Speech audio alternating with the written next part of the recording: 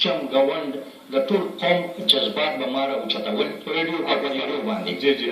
نو هغه پروګرام په عوامو کې ډېر زیات مقبول شو.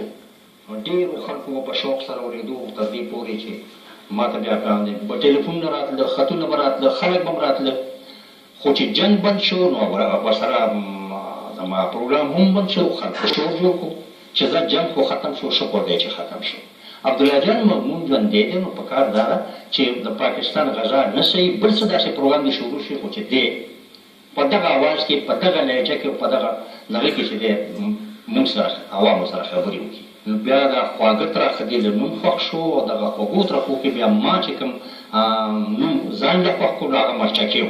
صحیح. مرچکې مې د پروګرام په نسبت سره چې دی ما ځان له خواږه ترخه نو نوم مې ځان له مرچکې کېښود.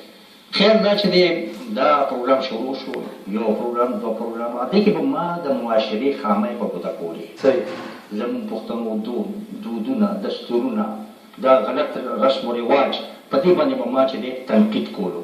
د کورنۍ مسلې، مثلا د خواښې د انګور جګړې، د پلار او د زوی ترمنځ چې دی څه دغه پکار دي، د لور او د مور ترمنځ څه تعلق پکار دی، څنګه پکار دی، دا خبرې مو ما کولې. نو دا خبرې داسې وې چې دا د هر چا د کور، د کلي، د جارګي، د نظري خبرې د دې بیا شهرت چې دی دومره دغه شو چې خلکو بیا دا وکړو، خصوصا د افغانستان نه دا دغه راغی چې دا کتابي شکل کې پکار دی چې وشي. فرمایشونه راغلي چې دا پروګرامونه چې کوم وشو دا چاپ کول پکار دي که نه؟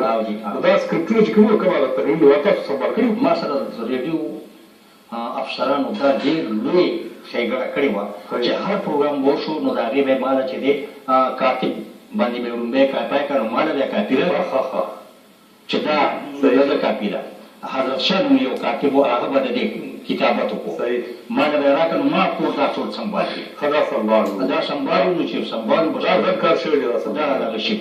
لسمن صاحب جی، دا کتاب خو تاسو لوستي خامخا څو څه وایي، اورېدلی مو هم دی او لوستی مو هم دي. دلته مونږ د ادب کوم صنف وایي په دې کې چې کوم دا اثر دی؟ ادب صنف او د ریډیو صنف دې کې لږ فرق وي. صحیح. دا ټینګه ریډیو پروګرامونه دې ته اوس په ادب شو چې کتاب ادب دی که نه، خو د